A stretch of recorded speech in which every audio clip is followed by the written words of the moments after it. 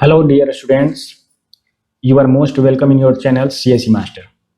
आज के video lecture series में हम टाइप्स ऑफ ऑपरेटिंग सिस्टम के नेक्स्ट टाइप को पढ़ेंगे, जो कि है नेटवर्क ऑपरेटिंग सिस्टम। अभी तक हमने ऑपरेटिंग सिस्टम के टाइप में बैच ऑपरेटिंग सिस्टम को जाना, हमने टाइम शेयरिंग ऑपरेटिंग सिस्टम को जाना और हमने डिस्ट्रीब्यूटेड ऑपरेटिंग सिस्टम को जाना।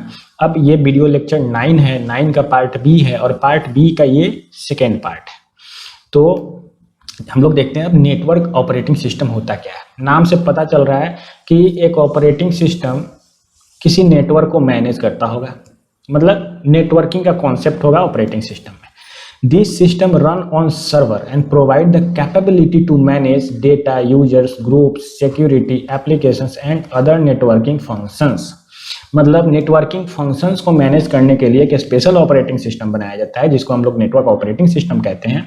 ये ऑपरेटिंग सिस्टम जनरली सर्वर को मैनेज करने के लिए किया जाता है। सपोज करो बहुत सारे कंप्यूटर्स हैं, कंप्यूटर को रिसोर्स चाहिए, रिसोर्स को एक कंप्यूटर में हमने स्टोर कर दिया, तो ये कंप्यूटर सभी कंप्यूटर के लिए एक सर्वर की तरह काम करेगा। तो ये जो सर्वर है, इसके पास रिसोर्स है बहुत ही लार्ज अमाउंट में, तो इसको मैनेज करने के लिए एक नॉर्मल ऑपरेटिंग सिस्टम से ये मैनेज नहीं होगा। ये कैसे मैनेज होगा?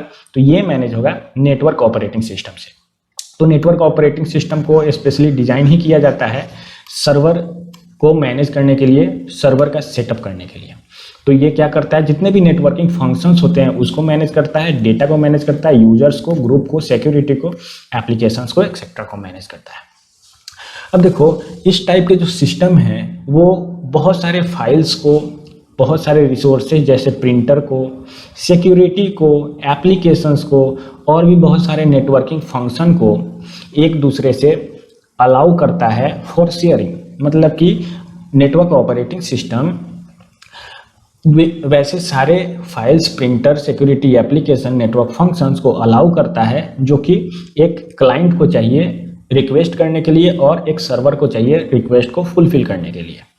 अब नेक्स्ट पॉइंट हम देखते हैं, one more important aspect of network app operating system is that all the users are well aware of underlying configuration of all other users within the network, their individual connection etc।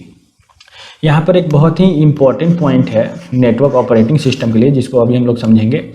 देखिए, network operating system में जो operating system होता है उसमें user को बहुत अच्छे से पता होता है कि किस तरह का कॉन्फ़िगरेशन हमारे कंप्यूटर सिस्टम में किया गया है और कितने सारे यूजर्स नेटवर्क में अवेलेबल हैं।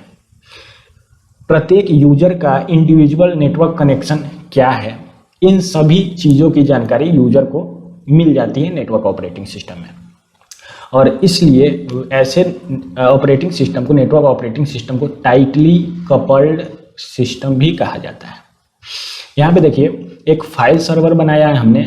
ये एक फाइल सर्वर है और बहुत सारे क्लाइंट है। क्लाइंट मतलब ऐसे कंप्यूटर जो कि जिनको रिसोर्स की आवश्यकता है, जो रिसोर्स को रिक्वेस्ट करते हैं। तो एक सर्वर है जहाँ बहुत सारा फाइल रखा हुआ है, ठीक, मतलब कुछ रिसोर्स रखा हुआ है। तो यहाँ पर हम इसको सर्वर का नाम दे रहे हैं, ठीक है। तो इस सर्वर में जो ऑपरेटिंग सिस्टम है वर्क करेगा, उस ऑपरेटिंग सिस्टम को हम लोग नेटवर्क ऑपरेटिंग सिस्टम के कैटेगरी में रखेंगे। अब हम लोग इसके एडवांटेजेस की बात करते हैं कि नेटवर्क ऑपरेटिंग सिस्टम के एडवांटेजेस क्या क्या हैं, क्योंकि ऑपरेटिंग सिस्टम के टाइप्स को हम पढ़ रहे हैं, लगातार पढ़ रहे हैं, तो एडवांटेजेस को जानना जरूरी है। तब पता चलेगा कि ये ऑपरेटिंग सिस्टम पुराने वाले ऑपरेटिंग सिस्टम से कैसे डिफरेंट था। तो देखिए, हाईली स्टेबल सेंट्रलाइज सर्वर्स। जब भी कोई बड़ा सर्वर, सेंट्रलाइज सर्वर को हमें मैनेज करना होता है तो नेटवर्क ऑपरेटिंग सिस्टम ही काम आता है। ये इसका एडवांटेज है। Security concern are handled through the server. Security purpose के लिए सर्वर में ऑपरेटिंग सिस्टम को, नेटवर्क ऑपरेटिंग सिस्टम को इंस्टॉल किया जाता है ताकि ज़्यादा सिक्योर हो पाए सर्वर, क्योंकि सर्वर में बहुत रिसोर्स है और रिसोर्स है, कोई अगर हैक कर लिया, कोई हमारा पर्सनल डेटा को चुरा लिया तो बड़ी परेशानी हो जाएगी।